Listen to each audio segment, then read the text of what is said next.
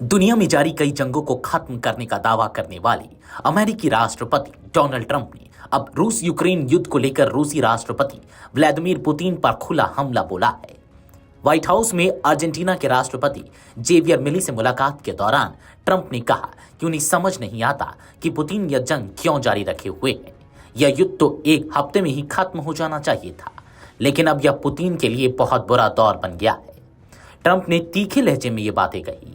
इसके आगे ट्रंप कहते हैं, मैं बहुत निराश हूं क्योंकि पुतिन और मेरे बीच बहुत अच्छे रिश्ते थे, शायद अब भी हैं, लेकिन यह युद्ध उनके लिए विनाशकारी साबित हो रहा है। उन्होंने लगभग 1.5 लाख सैनिक खो दिए हैं। यह द्वितीय विश्व युद्ध के बाद मौतों के मामले में सबसे भयानक संघर्ष है। ट्रंप का यह बयान ऐसे समय में आया है जब वे शुक्रवार को यूक्रेनी राष्ट्रपति व्लादिमीर जेलेंस्की से मिलने वाले हैं।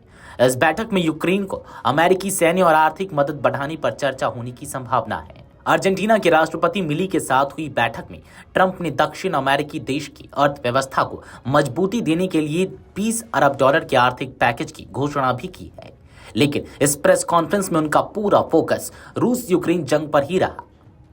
अमेरिका यूक्रेन को लंबी दूरी की टॉम हॉक क्रूज मिसाइलें देने पर विचार कर रहा है।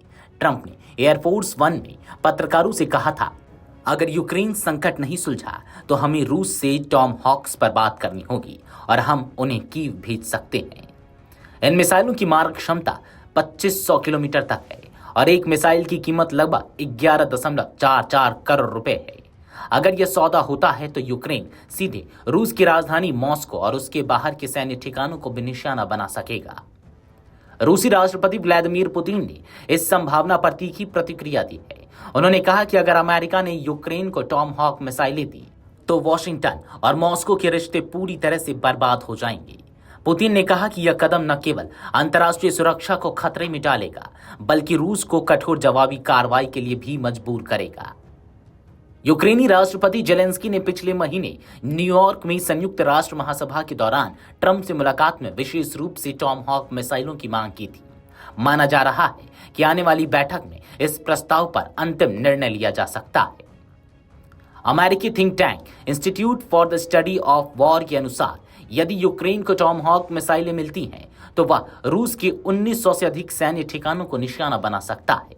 इसमें येलाबुगा की शाहिद ड्रोन फैक्ट्री और सारातोव स्थित एंगल्स 2 एयरबेस जैसे अत्यंत रणनीतिक ठिकाने शामिल है।